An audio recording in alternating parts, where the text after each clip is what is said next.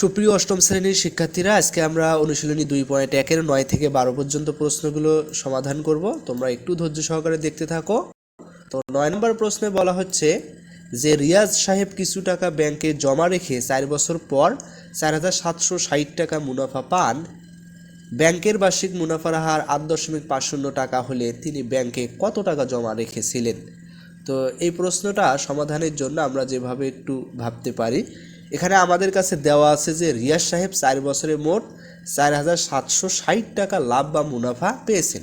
মুনাফার হার দেওয়া আছে 8.50 টাকা, অর্থাৎ 100 টাকায় এক বছরে মুনাফা 8.5 টাকা। এখন আমাদের বের করতে হবে তিনি প্রথমে কত টাকা ব্যাংকে রেখেছিলেন, আসল কত টাকা। এটি আমরা সূত্রের সাহায্যে খুব সহজেই বের করতে পারবো।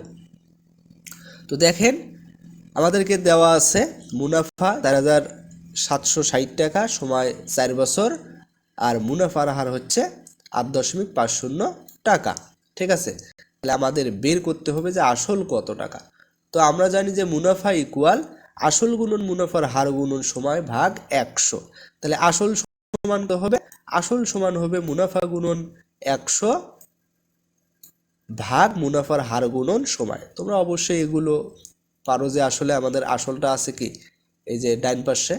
তো সেই আসলটাকে আমরা প্রথমত কি করতে পারি, আমরা এই পুরা ডাইন পাশটাকে বাম পাশে এবং বাম পাশটাকে ডাইন পাশে নিয়ে যাই। এখান থেকে আসলটাকে রেখে বাকিগুলোকে ডান পাশে নিয়ে গেলে আমরা আর কি এইভাবে পাবো। ঠিক আছে, তোমরা অবশ্যই একটু দেখতে পারো।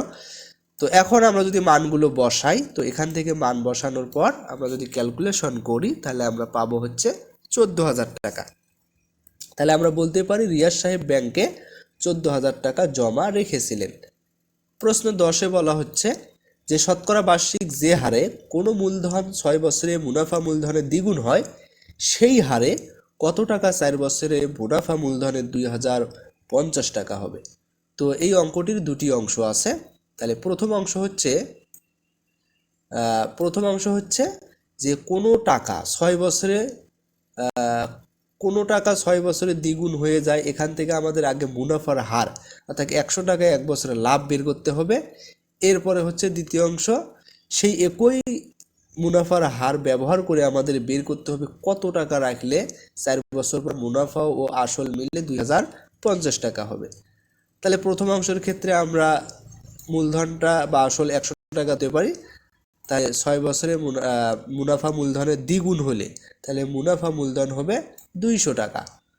তাহলে 6 বছরে শুধু মুনাফা কত হবে? মুনাফা মূলধন থেকে আমরা যদি আসলটা বাদ দেই তাহলে আমরা পাবো 100 টাকা। অর্থাৎ 100 টাকার 6 বছরের মুনাফা হলো 100 টাকা। অতএব 100 টাকার এক বছরের মুনাফা কত হবে? 100কে 6 দ্বারা ভাগ করলে 50 ভাগ 3 টাকা। তাহলে এটাই হলো আমাদের বার্ষিক মুনাফার হার। এখন দ্বিতীয় অংশ, 4 বছরের জন্য আসল বের করা। তাহলে এখন মুনাফার হার 50 ভাগ 3 টাকা ব্যবহার করে 4 বছরে হিসাব করব। তাহলে ধরি এক্ষেত্রেও আসল হচ্ছে 100 টাকা। তাহলে 100 টাকার এক বছরের মুনাফা হচ্ছে 50 ভাগ 3 টাকা। অতএব 100 টাকা 4 বছরের, তাহলে হবে 50 ভাগ 3 গুণন 4 ইকুয়াল 200 ভাগ 3 টাকা। তাহলে এক্ষেত্রে 4 বছরের মুনাফা মূলধন হবে আসল যোগ মুনাফা। ঠিক আছে, তাহলে দেখেন আমরা যদি এক্ষেত্রে একটু ক্যালকুলেশন করি তাহলে আসল হচ্ছে 100 টাকা আর মুনাফা হচ্ছে 200 ভাগ 3। তাহলে এখান থেকে আমরা পাই হচ্ছে 500 ভাগ 3 টাকা। এখন আমরা যদি একটু ঐকিক নিয়মের সাহায্যে সাজাই তাহলে কি হবে, যে মুনাফা মূলধন 500 ভাগ 3 টাকা হলে আসল হলো 100 টাকা। অতএব মুনাফা মূলধন 1 টাকা হলে আসল কত হবে? আমাদের আসল দাঁড়াবে হচ্ছে, দেখেন, 100 গুণন 3 ভাগ 500 টাকা। তাহলে প্রশ্নে দেওয়া আছে মুনাফা মূলধন 2,500 টাকা, তাহলে এটা গুণন হবে।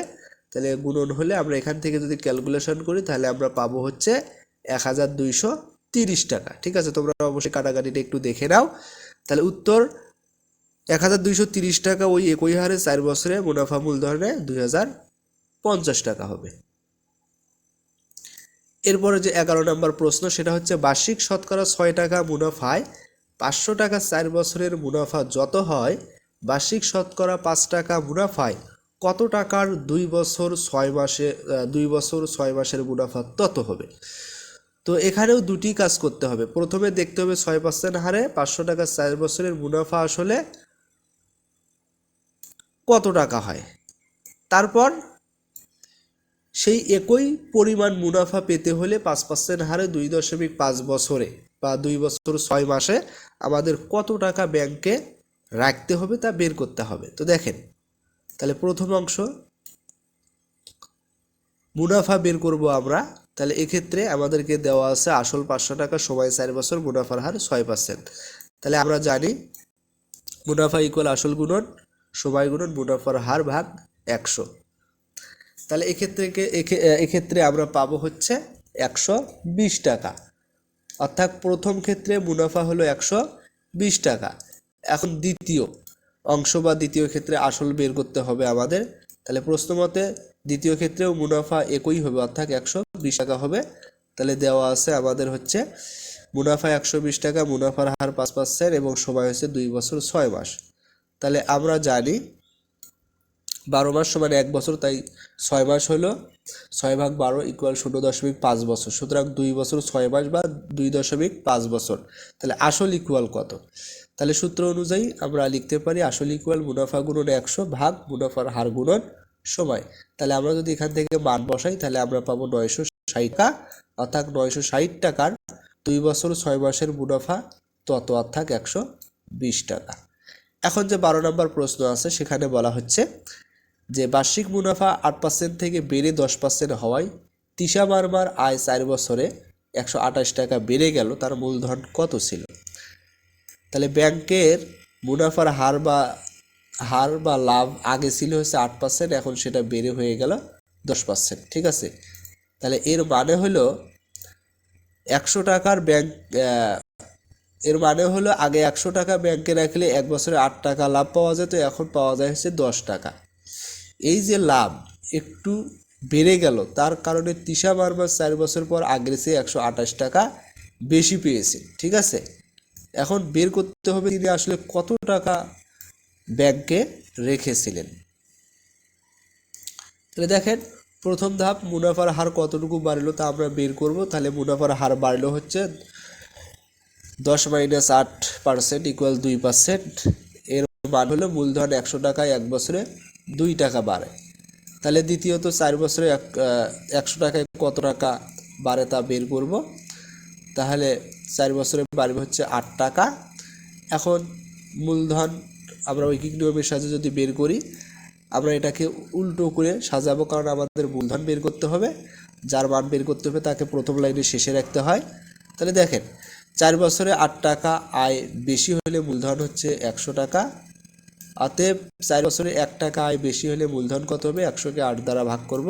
তাহলে 4 বছরে 128 টাকা আয় বেশি হলে মূলধন, তাহলে 100 গুণন 128 ভাগ 8। তাহলে এক্ষেত্রে আমরা কাটাকাটি করে পাই হচ্ছে 1600 টাকা। তাহলে আমরা বলতে পারি তিশা মারমার মূলধন ছিল হচ্ছে 1600 টাকা। তো আশা করি তোমরা অবশ্যই বুঝতে পেরেছো। কোথাও কোনো সমস্যা হলে অবশ্যই কমেন্টে জানাইতে পারো। পরবর্তী ভিডিওর আমন্ত্রণ জানিয়ে এখানেই শেষ করছি। সবাইকে ধন্যবাদ।